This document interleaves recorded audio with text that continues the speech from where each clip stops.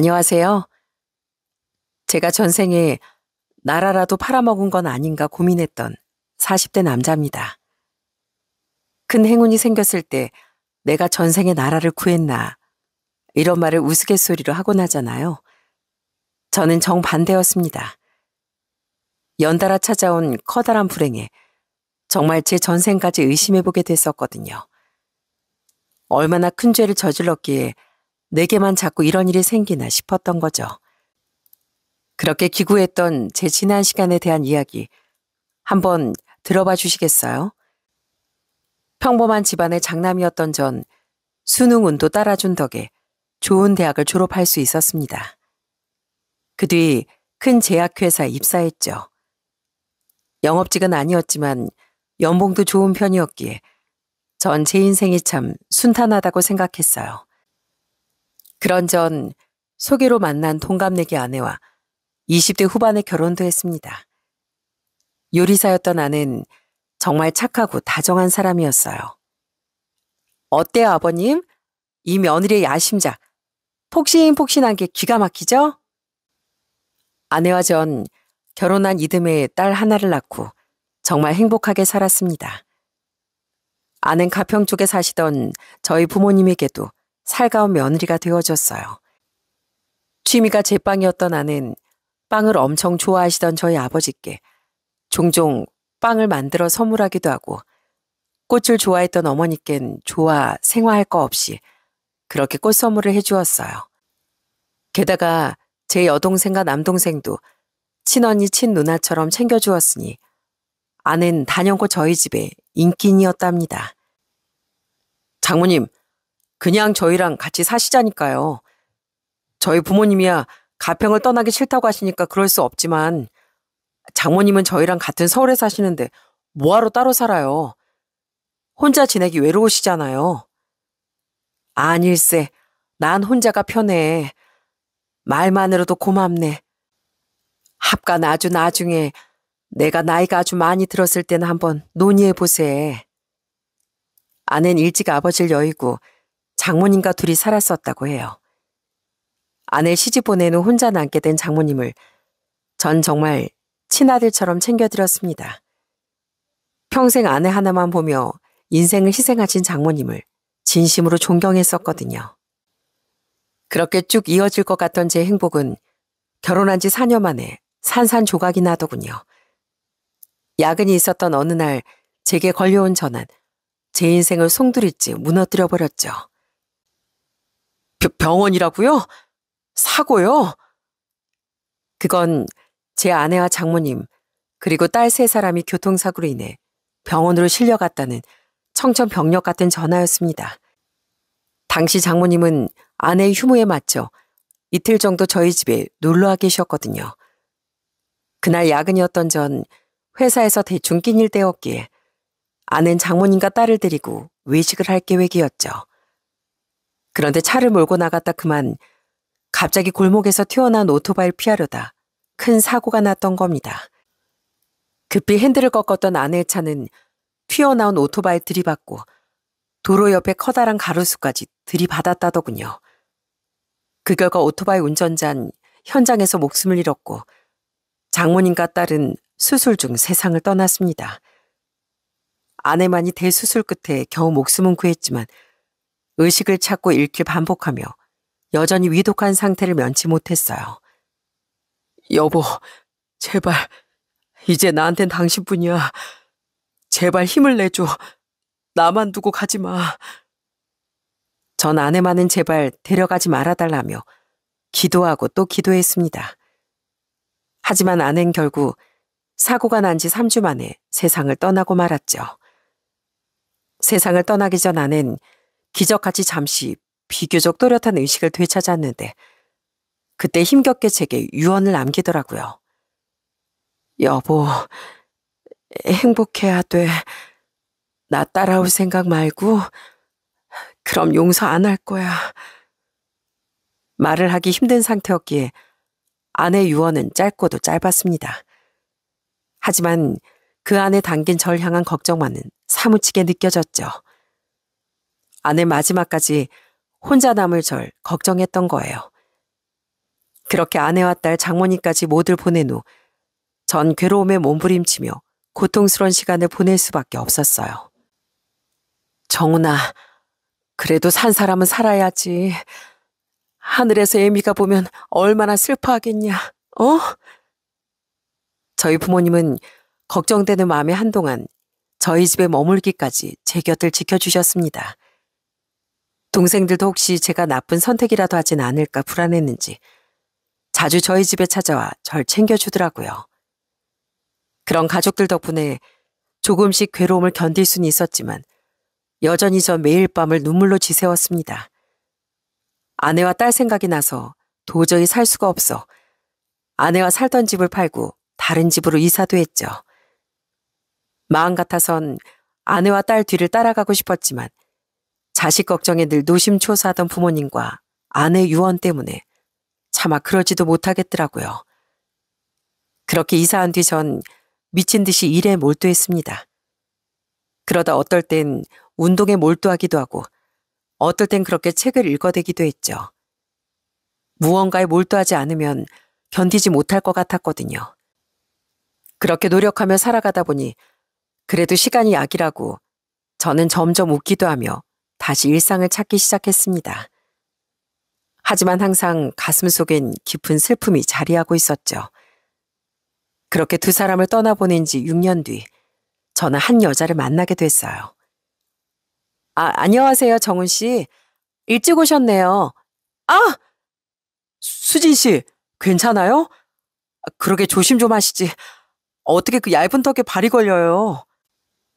당시 전 불어 공부를 위해 직장인 스터디를 하고 있었습니다. 그냥 단순한 자기계발이었죠. 저희 회사는 수출도 많이 했는데 불어 또한 배워두면 언젠간 도움이 될 것 같았거든요. 그곳에서 전 평범한 직장인이던 수진 씨를 만나게 됐던 겁니다. 처음 수진 씨를 봤을 때 조금 놀랐어요. 생김새나 이미지가 저희 아내와 많이 닮았었거든요. 그래서 저도 모르게 눈길이 갔었는데 좀 겪어보니 제 아내와는 성격이 많이 다르더라고요. 뭐든 야무졌던 아내와 달리 수진 씨는 야무지고 똑똑한 것 같긴 한데 항상 덤벙거리고 다치기도 잘 다치던 좀 허당 같은 사람이더라고요. 처음엔 그런가 보다 했는데 그 허당의 모습 때문에 자꾸만 신경이 쓰였습니다. 그렇게 스터디를 한 지 3달쯤 지났던 시기에 희한하게 스터디 사람들이 모두 회사 야근이다 집안일이다 겹쳐 갑자기 못 나오게 된 날이 있었어요. 그날 나온 사람은 저와 수진 씨 둘뿐이었죠. 둘만 있는 건 처음이라 좀 어색하네요. 그러게요. 그래도 할 건 해야죠. 어색하긴 했지만 우리는 어쨌든 스터디를 잘 마쳤습니다. 그리곤 치킨에 맥주가 먹고 싶다던 수진 씨 말에 우린 함께 치맥을 하러 가게 됐어요. 어색해서 맥주도 좀 많이 마시고 이런저런 말도 늘어놓다 보니 우린 그날 많은 대화를 나누게 됐죠. 전 연애한 지 3, 4년 됐어요. 일하고 자기계발하느라 바쁘다 보니 어느새 시간이 훌쩍 흘렀더라고요. 정훈 씨는요? 전 한 번 결혼했다가 사별하게 됐어요. 그 뒤로는 쭉 혼자 지내고 있고요. 그러다 우린 수진실 시작으로 이성에 대한 이야기도 하게 됐는데요. 조금 올랐던 술기운 때문인지 전 아내와 장모님, 저희 딸에 대한 이야기를 구구절절 늘어나버리고 말았습니다. 그런데 너무 오랜만에 가족에 대한 이야기를 해서였을까요? 저도 모르게 갑자기 눈물이 터져버린 거 있죠? 왜 이러지? 죄송합니다. 계속 아내랑 아이 얘긴 입에 안 올리고 살았는데 갑자기 말을 하니까 감정이 북받쳤나 봐요. 정말 죄송해요. 아니에요. 그럴 수 있죠. 얼마나 힘드셨어요. 그런 것도 모르고 제가 괜한 얘기 꺼냈나 봐요. 마음이 여린 건지 수진 씨는 저를 따라 울먹거리더군요. 민망한 와중에도 참 착한 사람인 것 같다는 생각이 들었죠. 부끄럽기도 했지만 뭔가 서로에 대해 더 알게 된 것 같아 그날 이후 수진 씨와 많이 친해졌습니다. 그리고 그날로부터 2달 뒤 딱 5개월로 예정되었던 스터디는 훈훈한 분위기로 해산했어요. 그때 수진 씨가 제게 고백을 하더라고요. 실은 처음 절 봤을 때부터 호감이 있었다면서요. 아, 죄송합니다. 수진 씨가 좋은 분인 건 알지만 제가 새 출발을 할 준비가 된 사람인 줄 잘 모르겠어요. 그런 상태로 시작해봤자 상처만 드리게 될 거고요. 수진 씨가 싫은 건 아니었지만 전 제가 아내와 딸을 잊고 새 출발을 할 수 있을지 확신이 서지 않았습니다. 그래서 조용히 거절했는데 이후 수진 씨는 계속 절 설득하며 기회를 달라고 하더라고요. 사람은 언제까지나 혼자만 살 수 없는 법이잖아요. 저한테 기회를 주세요. 저 정훈 씨 상처에 공감하고 함께 아파해 줄 수 있는 사람이 되고 싶어요. 수진 씨는 꾸준히 제게 연락하고 찾아오며 제 마음을 열기 위해 노력해 주더군요. 결국 전 수진 씨의 정성에 마음이 열렸고 그렇게 우린 연애를 시작하게 되었어요. 연애라는 동안 전 수진 씨의 따뜻한 배려와 다정한 마음 덕에 제 상처를 많이 위로받을 수 있었어요. 그리고 연애한 지 1년 정도 지났을 때 수진 씨는 저에게 청혼을 하더라고요.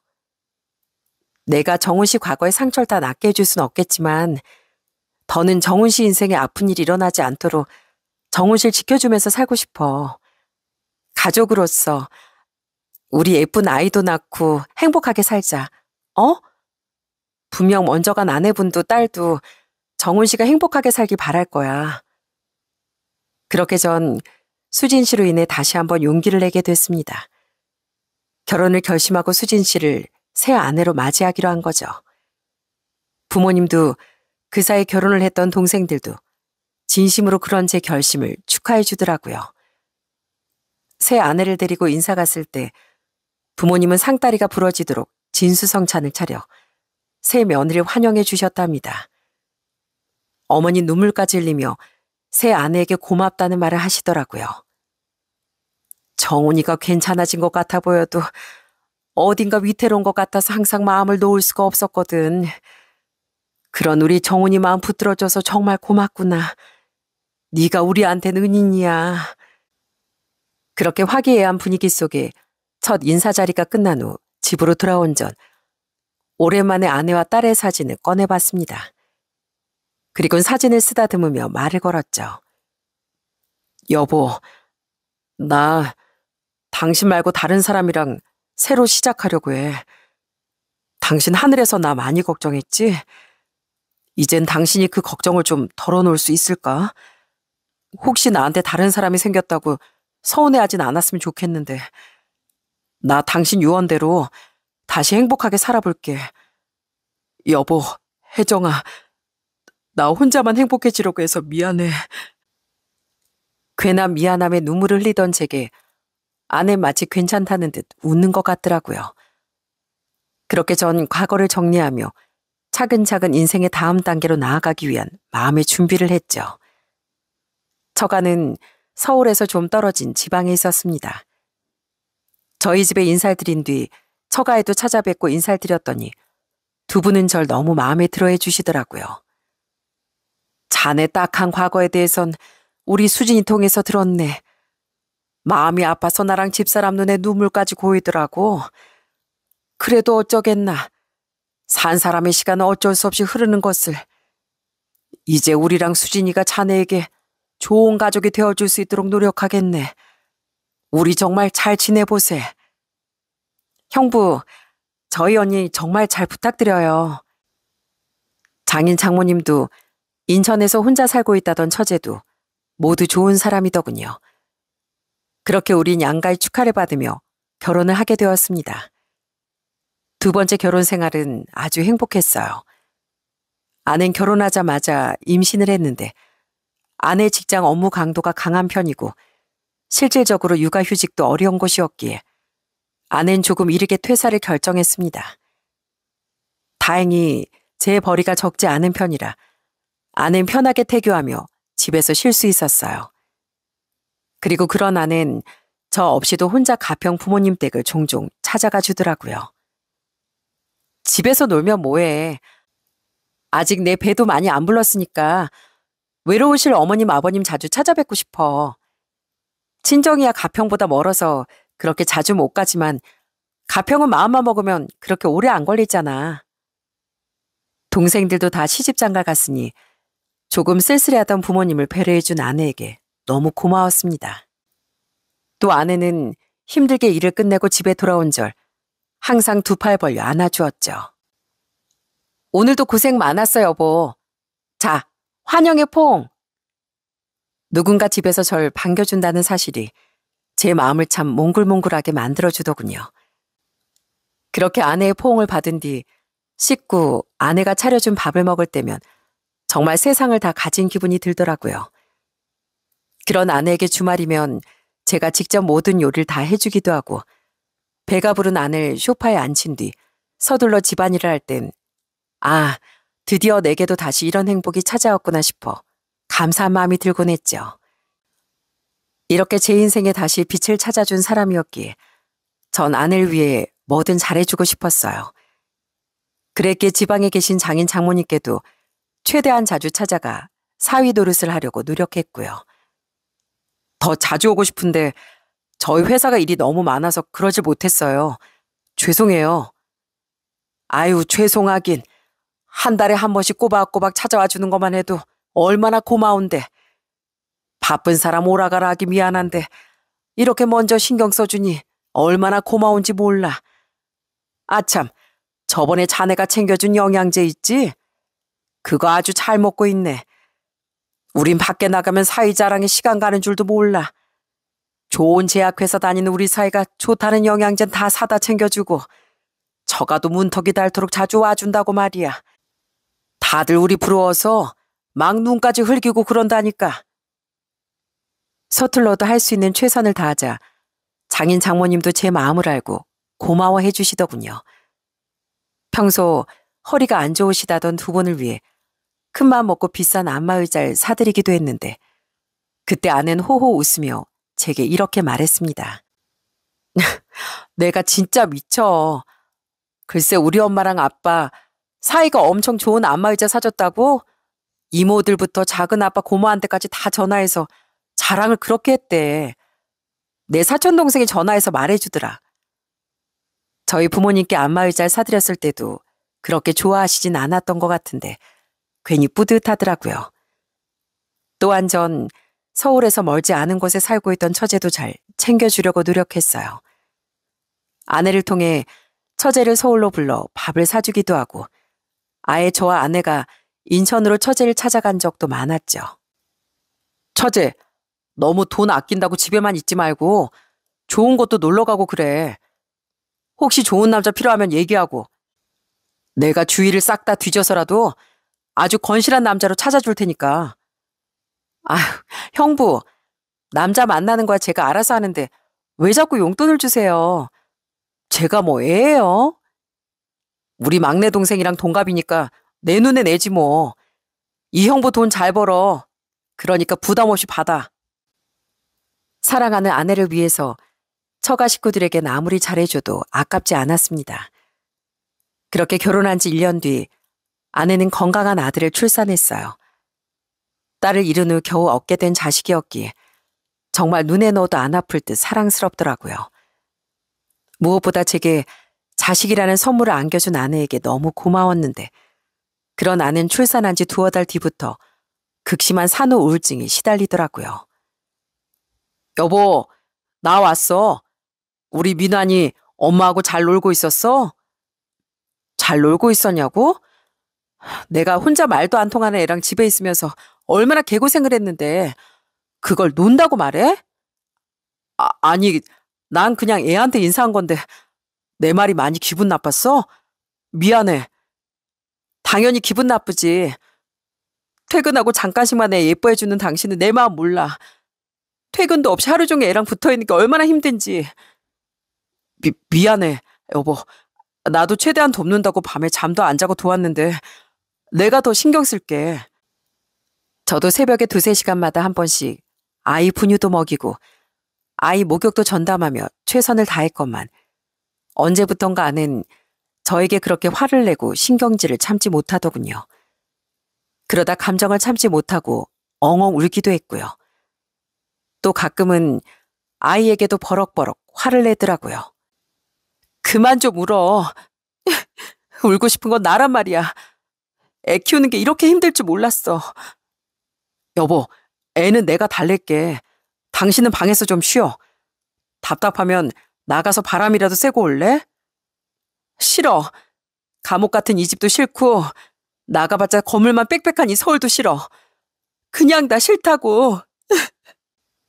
저도 힘들었지만 어떻게든 아내에게 맞춰주려 최선을 다했습니다. 어쨌든 저보다 더 힘든 사람은 몸 망가져가며 출산하고 아이와 붙어 있어야 했던 아내였으니까요. 저희 부모님이 와서 도와주시려고도 했지만 아내는 시부모님이 집에 있으면 편하겠냐며 오히려 불편해하더라고요. 어머님, 아버님 마음은 잘 알지만 두 분이 계시면 속옷도 계속 챙겨 입고 있어야 되고 옷 매무새도 신경 쓰이잖아. 이건 두 분을 좋아하는 거랑은 별개야. 결국 전 죄송하지만 당시 은퇴 후 쉬고 계시던 장인 장모님께라도 아내를 부탁드리려고 했습니다. 잠시라도 저희 집으로 모시면 어떨까 아내에게 먼저 물어봤던 거죠. 하지만 아내는 그것도 싫다며 하도 울어서 퉁퉁 부은 눈을 질끈 감고 도리지를 치더라고요. 자기 때문에 먼 서울까지 모시기 죄송하다면서요. 그럼 내가 어떻게 해줄까? 베이비시터 부르는 것도 싫다며. 다른 사람 집에 들이는 거 싫다고. 그리고 정신과 상담도 싫다고 하니까 내가 해줄 수 있는 게 없는 것 같아 답답해. 내가 도울 수 있는 방법을 말해줘. 마음 같아선 내가 육아휴직이라도 쓰고 싶지만 그럼 집에 돈 벌 사람이 없잖아. 아니면 영화도 봐주는 어린이집을 한번 알아볼까? 당신 직장 구해서 일이라도 나갈래? 극심한 우울증 때문에 힘들어하던 아내는 모든 의욕마저 잃어버린 것 같았습니다. 이것도 싫다, 저것도 싫다. 어린이집도 무서워서 못 맡기겠다며 엉엉 울더라고요. 그리고는 자신이 이상해진 것 같다며 변한 자신의 모습 때문에도 심한 스트레스를 받았습니다. 당신도 나 때문에 너무 힘들 거 아는데 내 마음이 마음대로 조절이 안 돼. 자꾸 화가 났다가 눈물이 났다가 주체가 안 된다고. 미안해, 여보. 아니야, 내가 다 미안해. 당신은 잘못한 거 하나도 없어. 여보, 나 그냥 이 집도 서울도 너무 답답해. 그래서 말인데 나 그냥 한동안 애 데리고 친정에 내려가 있으면 안 될까? 거긴 여기보단 동네도 덜 삭막하고 내가 자란 집이니까 마음도 훨씬 편할 거야. 엄마 아빠께 죄송하긴 하지만 그래도 서울로 모시는 것보단 내가 내려가는 게 덜 죄송할 것 같고 그렇게 엄마 아빠 도움받으면서 고향에 내려가 있으면 지금보단 훨씬 괜찮아질 것 같아. 전 이러다 아내에게 큰일이라도 날까 봐 너무 무서웠어요. 그런 아내가 당분간 아이와 함께 처가로 내려가 있겠다고 했을 땐 오히려 다행이라는 생각이 들더라고요. 장인 장모님께 죄송하긴 했지만 그래도 아내를 위해 줄 수 있는 방법이 있다는 걸 알았으니까요. 죄송해요, 장모님, 장인어른. 제가 집사람을 잘 지켜줬어야 했는데 제가 부족해서 집사람을 힘들게 만들었어요. 두 분께도 이렇게 폐를 끼치게 됐네요. 아닐세, 자네가 최선을 다해줬다는 건 잘 알고 있어. 우리 딸이니까 우리만 믿고 마음 놓게. 수진이가 우리 집에서 지내는 동안 자네도 좀 쉬고 자네도 살이 쪽 빠졌네. 결국 전 장인 장모님께 부탁드린 뒤 아내와 아이를 처가로 보내게 됐습니다. 간단한 짐을 싣고 아내와 아이를 처가에 데려다 준 날 아내의 표정이 참 밝더라고요. 그러면서도 내심 미안한 표정으로 아내는 이렇게 말했습니다. 미안해, 여보. 이렇게 이기적으로 굴어서 당신 집에 돌아오면 외로울 텐데. 우리가 뭐 평생 떨어져서 사나? 내 걱정은 하지 말고 당신 마음부터 잘 다스려. 알겠지? 무슨 일 있으면 바로 연락하고 내가 바로 달려올 테니까. 그렇게 전 아내와 잠시 떨어져 지내게 됐습니다. 그때가 아이가 태어난 지 8개월쯤 지났을 때였죠. 저는 생활비에 보태고 장인 장모님께도 드리라며 아내에게 다달이 150만 원씩 보내줬어요. 그래도 아내 우울증이 바로 나을 수 있을까 걱정했는데 다행히 아낸 처가에서 지내는 동안 다시 예전의 밝은 모습을 되찾아 가더군요. 여보, 퇴근했어? 저번에 내가 만들어주고 온 반찬 쉬니까 다 꺼내 먹어야 돼. 알겠지? 혼자 있다고 라면만 끓여 먹지 말고. 그럼 나 속상해. 알겠어. 만화님 말씀인데 당연히 들어야지. 당신은 장인 장모님이랑 밥 먹었어? 뭐 먹었어? 오랜만에 엄마가 고기 구워주셨어. 그래? 맛있었겠다. 이번 주 주말에 당신하고 애보러 내려가려고 하는데 괜찮지? 아니야. 당신 바쁜데 뭐하러 그래. 내가 애 데리고 올라갈게. 또? 지지난주에도 당신이 올라왔잖아. 장인어른도 힘드셔. 아니야. 내가 서울집 올라가서 당신 반찬도 만들어 놓고 집안일도 해놓는 게 마음 편해. 안 그래도 당신한테 미안한데 이 정도 내가 하고 싶어. 처가에 내려간 아내는 하루가 다르게 밝아지는 모습을 보였습니다. 우린 통화를 자주 나누었는데 전과 다르게 밝아진 아내의 목소리에 안심이 되더라고요. 그런 아내는 제게 미안하다며 절 처가로 내려오지 못하게 하더군요. 그리고는 혼자 애를 카시트에 태워 장인어른 차를 끌고 서울로 올라오거나 아예 장인 장모님과 함께 서울로 올라와 절 보고 가곤 했죠. 그렇게 아내가 처가에 내려간 지 2달이 좀 더 지났던 어느 날이었습니다. 이상하다. 왜 전화를 안 받지? 그날 전 처가 근처의 지방으로 출장을 가게 됐어요. 6시쯤 일이 끝난 전 내려온 김에 멀지 않은 처가에 들러 아내와 아이를 보고 가려고 했죠. 그런데 전화를 3통 넘게 걸어도 아내가 전화를 받지 않더라고요. 그래서 전 이번엔 장모님께 전화를 걸었습니다. 서서방, 어쩐 일인가? 장모님 잘 지내시죠? 다름이 아니고 제가 근처로 출장을 왔거든요. 지금 일 다 끝나고 잠깐 처가에 들리려고 하는데 집에 계시죠? 집사람이 전화를 안 받아서 장모님께 전화드렸어요. 뭐? 아니 오지 말게. 절대 오지 마. 네? 아니 왜요? 그런데 처음엔 반갑게 제 전화를 받은 장모님은 갑자기 크게 당황하더니 소리를 버럭 지르더라고요. 덩달아 당황한 전 더듬거리며 이유를 물었습니다. 장모는 하며 잠시 말을 잇지 못하더라고요. 그러더니 제가 재차 이유를 묻자 아주 황당한 대답을 하더군요. 그게 말이지? 사실 우리 지금 일본 여행 와 있어. 그러니까 집에 나 아무도 없어. 절대 가지 마. 네? 일본이요? 갑자기요? 그래. 자넨 일하는데 우리끼리 놀러 간다는 말을 하기가 좀 미안해서 몰래 왔던 건데 이거 참 미안해서 어떡하지? 일본 우동이 너무 먹고 싶어서 갑자기 참을 수가 있어야지. 우동이 드시고 싶어서 갑자기 가신 거라고요? 그래. 실은 조금 전까지 비행기 아니었는데 이제 막 도착했어. 그래서 수진이가 전화를 못 받았나 봐. 이제 막 도착했다고요? 그럼 옆에 집사람 좀 바꿔주세요. 아니 지금 화장실 갔어. 화장실. 이제 막 도착해서 내가 정신이 없거든. 그러니까 우리 끊고 나중에 통화하면 안 될까? 우리 어차피 1박 2일로 와서 내일이면 다시 한국 가. 장모는 갑자기 이제 막 일본에 도착했다는 말을 한 겁니다. 아내와 저희 아이까지 다 함께요. 대체 이게 무슨 상황인가 싶더군요. 그 와중에 아내에게 전화도 바꿔주지 못하던 장모의 말이 너무도 수상한 거예요. 갑자기 일본 여행을 갔다는 것도 너무 뜬금없었고 지나치게 다급하고 당황스러워 보이는 목소리도 너무 이상하더라고요. 그래서 전 일단 대충 대답한 후 전화를 끊었습니다. 네, 알겠습니다. 미리 말해주셨으면 제가 용돈이라도 챙겨드리는 건데 우선 전 서울로 그냥 올라갈게요. 그래. 내가 나중에 연락할게. 수진이한테도 전화하라고 할게. 미안해 서서방. 딱 봐도 제 말에 장모는 안심한 듯 보이더군요. 그렇게 전화를 끊은 전 서울로 향하지 않았습니다. 아무래도 느낌이 쌓였기에 전 차를 몰아 처가로 향했죠. 아, 집에 아무도 없다더니? 불길한 예감은 여지없이 들어맞았습니다. 처가는 오래된 단독주택이었는데 밖에서 보니 집안 불이 훤히 다 켜져 있더라고요.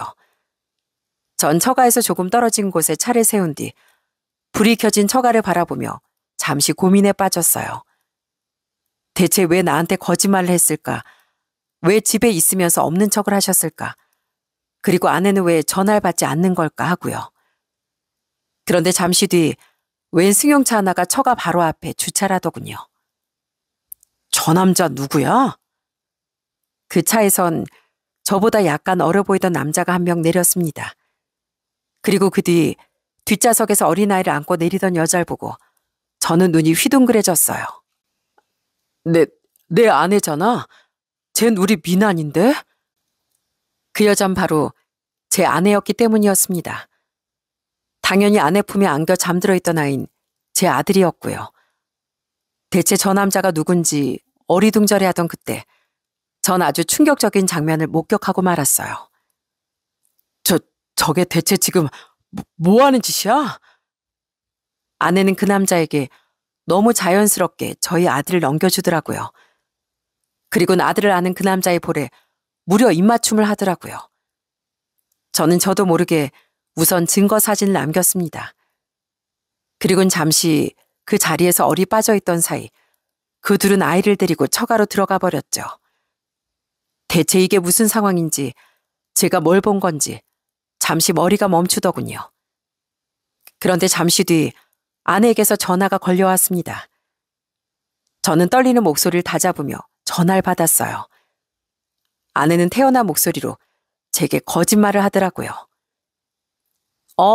여보, 아까 우리 엄마랑 통화했다며. 미안해. 당신 없이 우리만 일본으로 와서.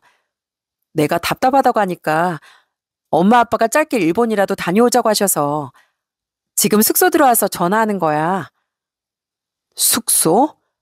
그러니까 당신이 지금 일본이다 이거지? 그렇지. 어디서 새빨간 거짓말이야? 내가 방금 당신 웬 남자랑 애 데리고 처가 들어가는 거 다 봤는데 사진까지 찍어놨다고. 당장 문 열어. 나 문 밖에 있으니까. 뭐? 여길 왔다고? 아까 분명 서울로 돌아간다고 그랬다며. 장모님 말투가 하도 수상해서 와봤다. 왜? 발뺌에도 소용없으니까 빨리 문 안 열어? 아내 거짓말에 정신이 돌아온 전 달려가서 처가 현관문을 쾅쾅 두드렸습니다. 거짓말이 탄로난 걸 깨달은 아내는 잠시 말이 없더니 전화를 뚝 끊더군요. 그리고 잠시 뒤 제게 현관문을 열어주었습니다. 서방, 여기가 일본인가요? 대체 다들 이게 뭐 하는 짓입니까? 장인 장모는 얼어붙은 채 제 눈치를 보며 절 부르더군요. 장모는 제 아들을 안고 있었고 장인은 안절부절 못하며 입술만 달싹이고 있었죠. 아는 아까 그 남자 나란히 서서 눈물을 글썽거리며 절 쳐다보지도 못하더라고요. 전 아무런 대답을 못하던 그들에게 다시 소리쳤습니다. 당신 대체 이게 어떻게 된 거야? 나 아까 다 봤어. 저 남자 볼에 당신 입 맞추는 거. 빨리 바른 대로 말 못해? 대체 여기서 무슨 짓거리를 하면서 살고 있었던 거야? 뭘 숨기길래 그동안 날 여기 오지도 못하게 한 거냐고. 미안해 여보. 내가 다 잘못했어. 그런 제 말에 아내는 무릎을 털썩 꿇더니 흐느끼며 사과를 하더군요. 그리고 아내 입에서 나온 충격적인 진실은 절 절망케 만들었습니다. 사실은 나 엄마 아빠 집에서 안 살아. 이 사람이랑 애랑 셋이 살고 있어. 뭐라고? 대체 이 남자가 누군데? 예전에 나랑 5년 정도 만났었던 전 남자친구인데 실은 이 사람이 우리 미난이 친아빠야. 뭐라고? 제 두 귀를 의심했습니다. 아내가 그놈과 바람을 피우고 있었구나. 그 정도는 예상했어요. 그런데 제 아이의 친아빠라니. 그건 그땐 상상하지도 못한 충격이더라고요. 아내 옆에 있던 그놈 또한 절 쳐다보지도 못하고 고개만 푹 숙이고 있었죠. 그러니까 아내 말에 따르면 아낸 처음부터 제게 거짓말을 했었더군요. 제게 연애를 쉰 지 몇 년이나 됐었다고 말했던 아는 실은 불어 스터디를 하던 초반까지만 해도 그놈과 사귀고 있었다고 하더라고요. 고등학교 동창 사이라 아내와 고향이 같았던 그놈은 과거 서울에서 직장을 다니다 뒤늦게 고시 공부에 뛰어들었다고 해요. 사귀기 초반일 때라 나는 말렸었는데 이 사람이 엄청 자신 있어 했어. 그래서 그냥 믿고 뒷바라지까지 다 해줬고, 이 사람은 부모님이 다 돌아가셔서 챙겨줄 사람이 나밖에 없었거든. 우리 부모님도 예비 사이라고 하면서 이 사람을 많이 챙겨주셨는데 이 사람이 고시에 매번 떨어지는 거야. 난 이제 결혼하고 싶은데 이 사람은 능력이 안 되니까 결국 내가 헤어지자고 했어. 결국 현실을 보기로 한 나는 그놈에게 이별을 통보한 뒤 현실적으로 능력이 괜찮아 보이던 제게 바로 접근했다고 합니다. 오래 사귄 남자친구와 헤어진 지 얼마 안 됐다고 하면 제가 자신을 밀어낼까봐 일부러 거짓말을 했었다고 하더라고요. 난 정말 결혼해서 빨리 가정을 꾸리고 싶었거든. 그런데 알면 알수록 당신이 너무 괜찮은 사람인 거야. 그래서 더 당신을 놓치기가 싫었어. 그렇게 당신하고 연애를 하게 됐는데 이 사람이 나한테 다시 연락해서 매달리더라고. 아내의 말은 들으면 들을수록 배신감이 솟구치더군요. 아내에게 매정하게 버려졌음에도 아내를 너무 사랑했던 상간남은 제 존재를 알면서도 아내에게 매달렸다고 해요. 양다리라도 좋다면서요. 정을 끊어내지 못한 아내는 그렇게 저와 그놈 사이에서 양다리를 걸쳤었다네요.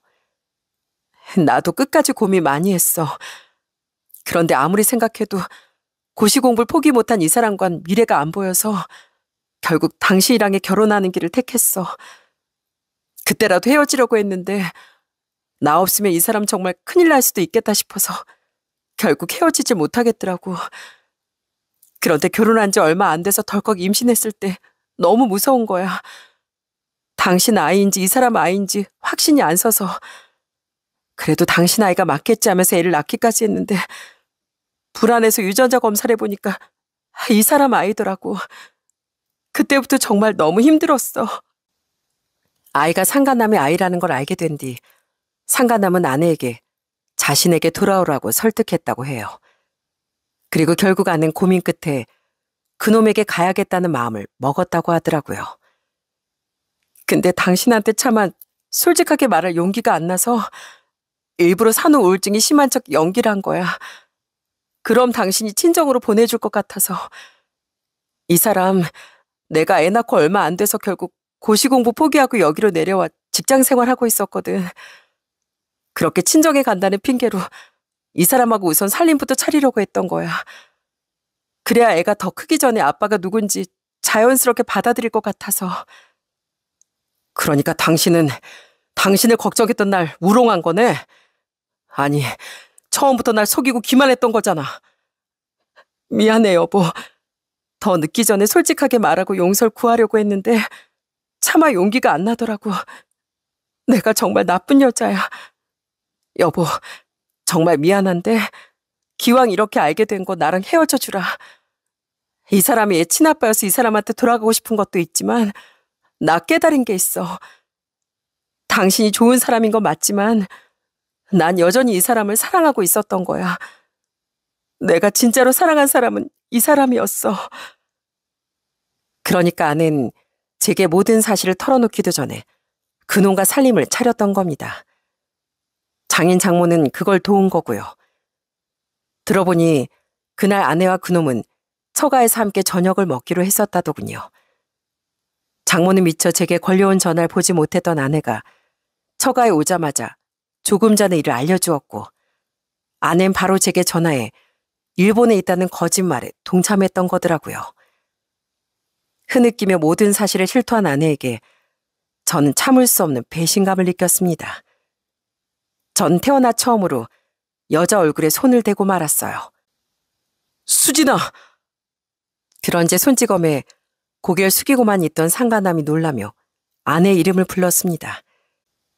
그래도 차마 제게 맞서지 못하고 아내 옆에 함께 무릎을 꿇고 용서를 빌더라고요. 서정훈 씨, 정말 죄송합니다. 저희가 씻을 수 없는 죄를 지은 거 잘 압니다. 다 제가 나빴던 거예요. 애초부터 제가 고시 공부를 포기했으면 수진이가 절 떠나갈 일도 없었을 겁니다. 안 된다던 수진이한테 매달려서 양다리를 걸치게 한 것도, 제대로 피임하지 못한 것도 모두 제 잘못이에요. 그러니까 손찌검 하시려면 차라리 저한테 하세요. 누가 하라면 못할 것 같아? 역겹게 아내를 감싸던 그놈의 얼굴도 저는 바로 가격해버렸습니다. 모든 울분을 담아서요. 그리고는 그 더러운 연놈에게 울부짖었죠.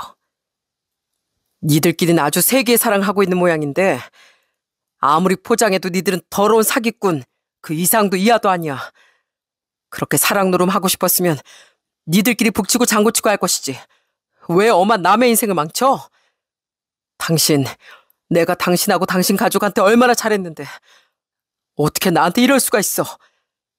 당신은 나랑 사귀기 전부터 내 아픈 과거 다 알고 있었잖아. 근데 앞에선 가슴 아파하는 척하면서 뒤로 날 아주 호구로 보고 있었어? 내가 당신 가만둘 것 같아? 미안해, 여보. 정말 미안해. 미안하다고만 하면 다야? 난 당신 때문에 한순간에 인생이 망가졌어. 내 애라고 믿었던 애도 내 애가 아니고 겨우 마음을 열었던 아내 사기꾼이었대.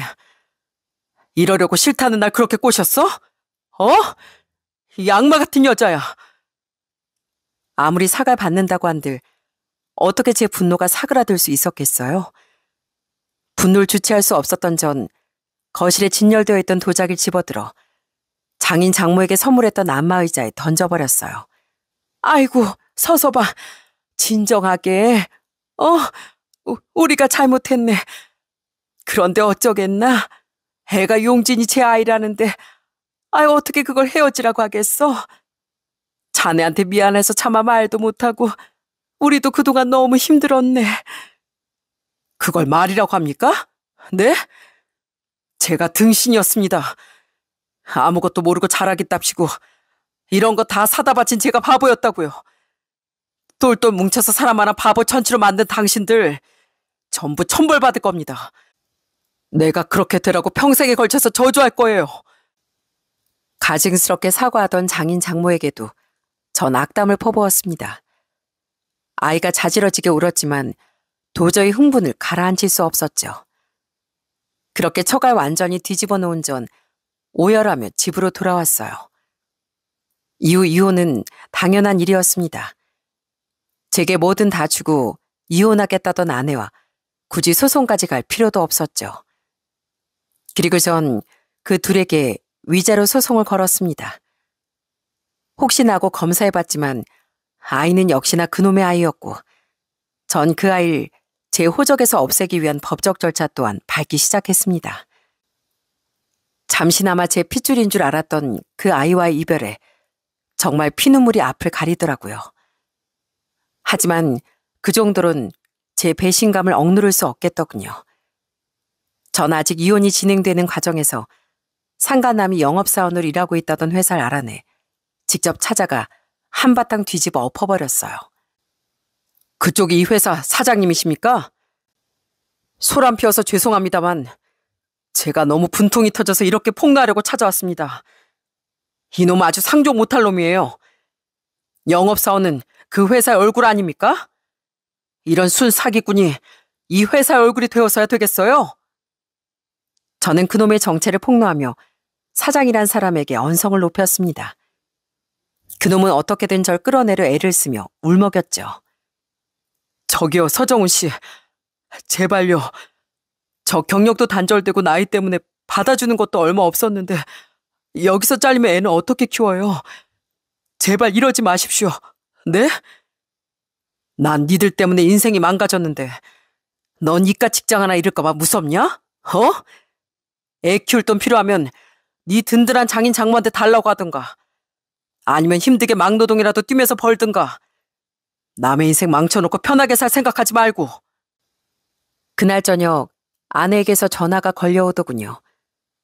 아내는 제게 꼭 이렇게까지 해야겠냐고 묻더라고요. 애 아빠, 그 회사 정말 겨우겨우 들어간 데야. 근데 당신 때문에 잘릴지도 모른대.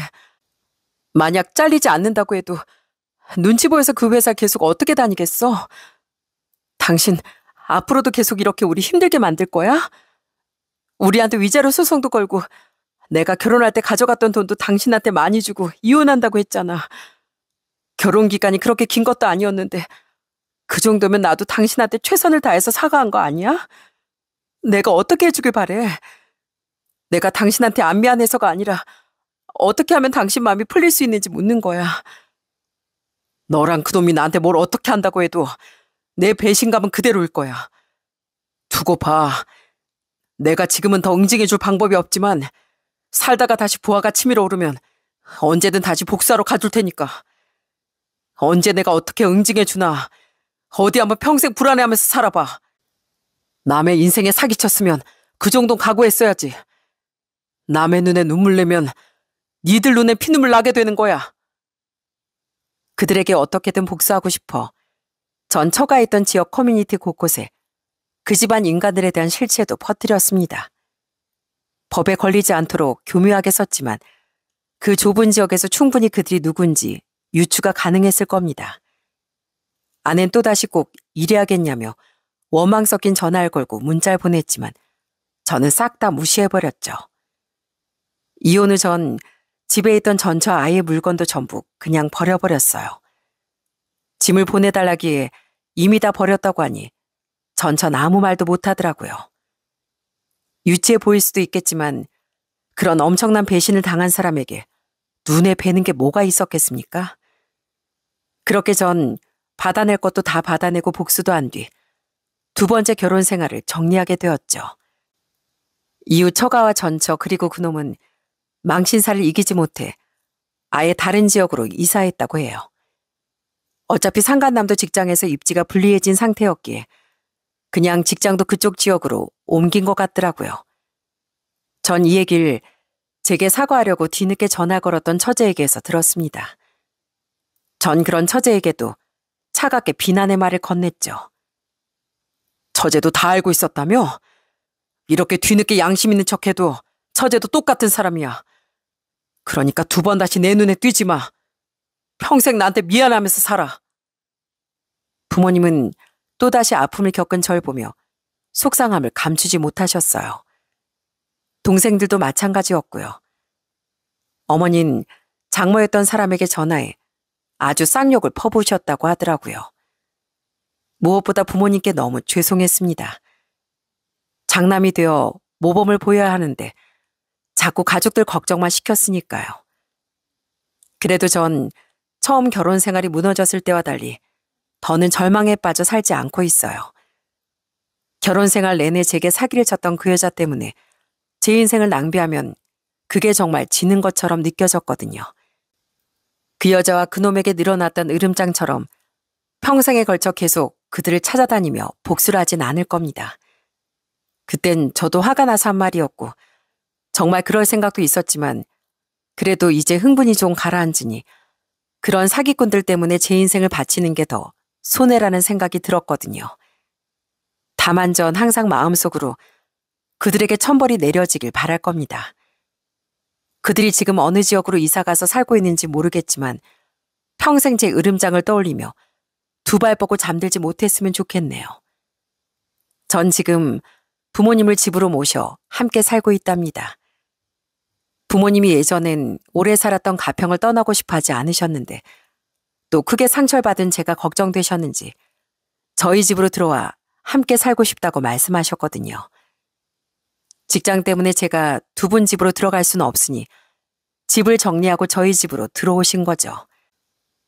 갈수록 연로해지시던 부모님을 예전부터 모시고 싶은 마음이 있었으니 저로선 다행인 일이었습니다. 이제 전 앞으로 더 이상 여자는 만나지 않을 생각이에요.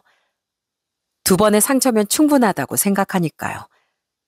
그러니 앞으로는 너무 걱정만 끼쳐드렸던 불효자로서 부모님께 효도하는 데만 전념하며 인생을 살아가려고 합니다. 비록 아직 그 연놈에 대한 상처가 아물지 못했지만 그래도 묵묵히 또 살아가다 보면 다시 좋은 날이 올 거라고 믿으려고요. 계속된 불행을 겪었으니 불쌍해서라도 하늘이 이번엔 행복을 선물해 줄 거라고 믿고 싶어요. 한때는 왜 저에게만 자꾸 이런 불행이 닥치는 건지 세상을 원망했던 때도 있었습니다. 그런데 요즘 한창 빠져있는 이곳의 사연들을 여러 개 찾아 듣다 보니 저만 불공평한 세상을 살고 있는 건 아니더라고요. 열심히 살았음에도 자꾸만 불행을 견뎌야만 했던 분들도 있었고 전 비교도 되지 않는 기구한 운명과 싸우는 분들도 많았죠. 그래서 전 무언가를 원망하기보단 그냥 현재에 최대한 감사하며 살아가기로 마음먹었답니다. 아무리 힘든 일이 많았어도 제 곁엔 정정하신 부모님과 소중한 동생들이 아직 남아있으니까요. 술 한잔 하자며 절 위로해주고 싶어하는 친구 녀석들도 있고요. 그러니 전 제 분노와 상실감보단 주어진 것에 감사하며 앞서 말했듯 언젠가 찾아올 행복을 기다리려고 해요. 저는 저와 비슷한 아픔을 겪은 분들께 제 사연이 조금이나마 공감과 위로를 전해드렸으면 좋겠습니다. 그리고 제 사연을 들어주신 모든 분께 앞으로는 불행이 아닌 행복한 날만 가득하시길 간절히 바라겠습니다. 그럼 전 이만 여기서 인사드릴게요. 들어주셔서 정말 감사합니다.